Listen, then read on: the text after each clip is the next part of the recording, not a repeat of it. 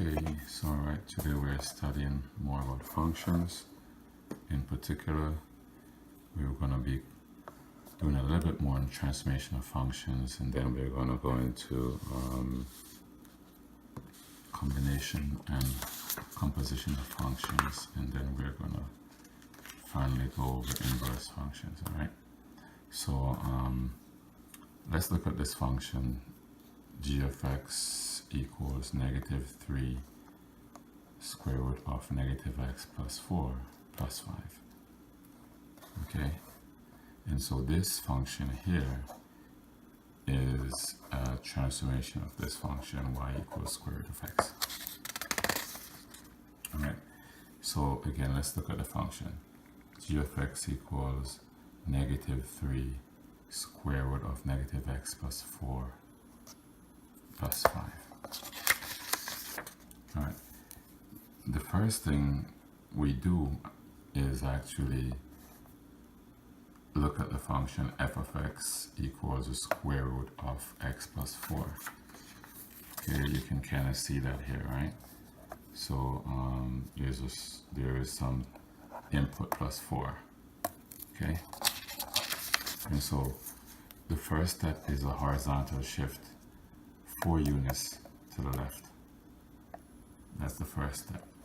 And step 2 is, if you think of the function above was f of x equals the square root of x plus 4, then the function f of minus x is going to be equal to minus x plus 4.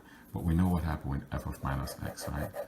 If you are coming from f of x and you are arriving at f of minus x, okay? If you are basically changing your x value in a function, okay?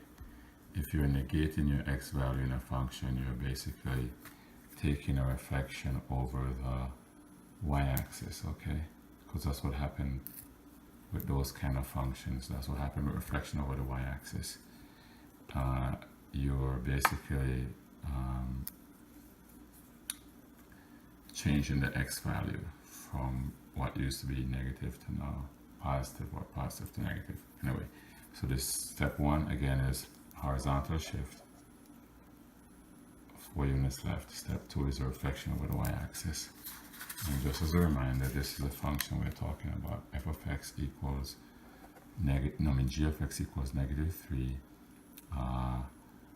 times the square root of the quantity -x plus 4, then plus 5. And so far we said the first step is a horizontal shift 4 units to the left, and the second step is a reflection over the y-axis.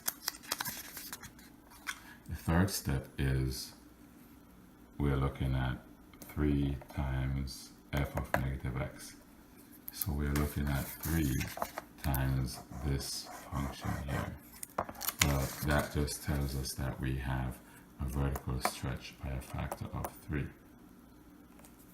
Alright, continuing on, we now go to step 4, which we're looking at the previous function.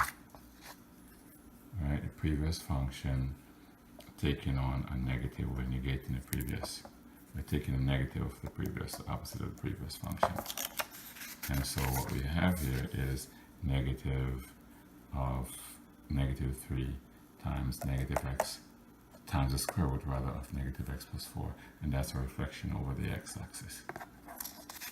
So that was step 4. And finally, we get to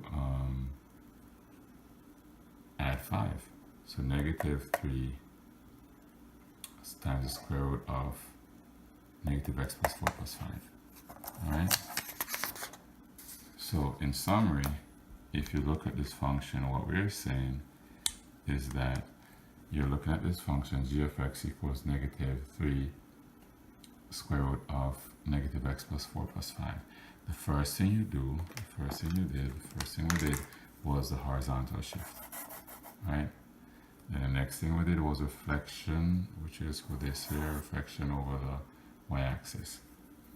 And the third thing is going to be the 3. So the vertical stretch, all right, by a factor of 3. It would be in a factor greater than 1. All right, and then the fourth step would have been this one here, which is the negative on the outside. So you are reflecting